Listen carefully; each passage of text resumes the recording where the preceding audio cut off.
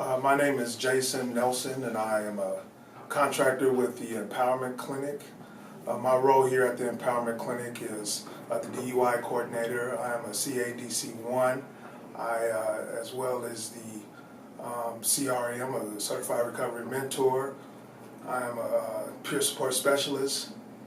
And one of the things about there's a few things about the Empowerment Clinic that is very impactful to me and others that I've seen and experienced myself is the fact that the Empowerment Clinic, just looking at the word empowerment itself, it describes, if I can use my own definition, giving someone power and not necessarily taking it away from them.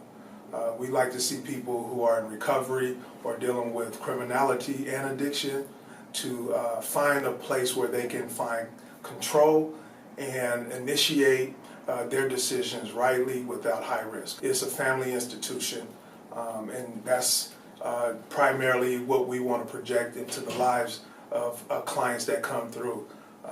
We know that in the clinical arena that people can be looked at as patients, meaning in some perception of that, meaning that they possibly are deficit in some kind of way or diminished. And what I like to believe is that when people come in, that they are clients, and the objective, at least mine, is to make sure that I can impart enough information that will help expand their thinking and options. The variables of life can be so plentiful that we really don't know how to grab a hold to the effective points of that and interject those into our lives and move forward.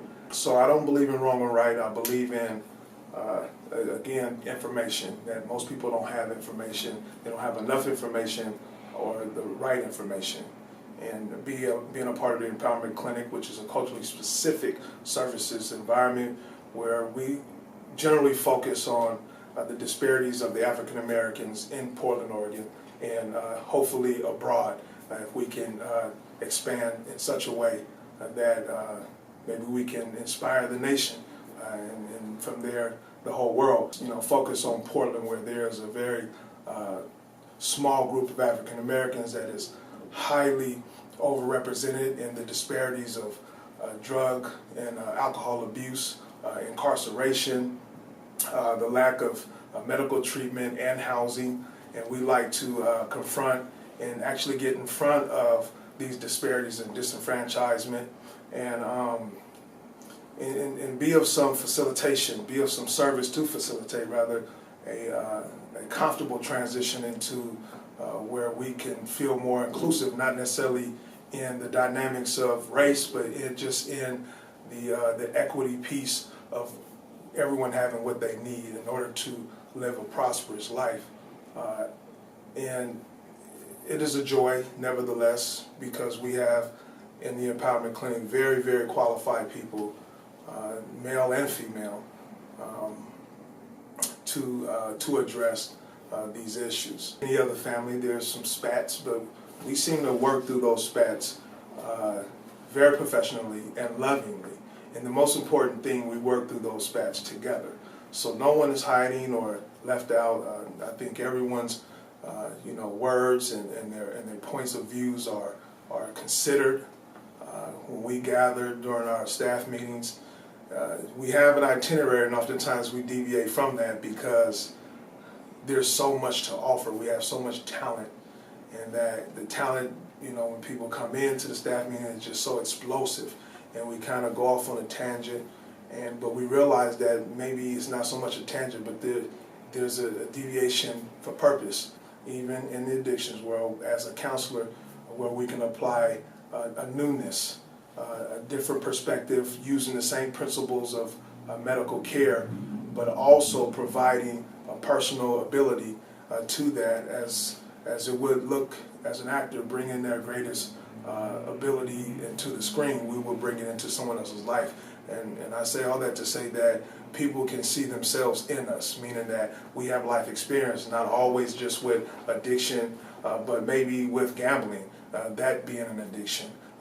So chemical dependency versus just having the desire and the need to to gamble maybe, or the desire, or the domestic violence. There's certain type of historical and generational behaviors that that can also be labeled as excuse me as an addiction. It really boils down to generational generational trauma, historical trauma rather. And it's like I said, I want to go back and say that it's just always a joy to be able to find correction and all that we have to experience in adversity. And being, again, a culturally specific, service community, we like to think that, not that we want to exclude, but that there's been so many of us excluded that we have to take a particular focus so that we can regenerate some life back into the African American community. Well, my name is Reginald Strouder.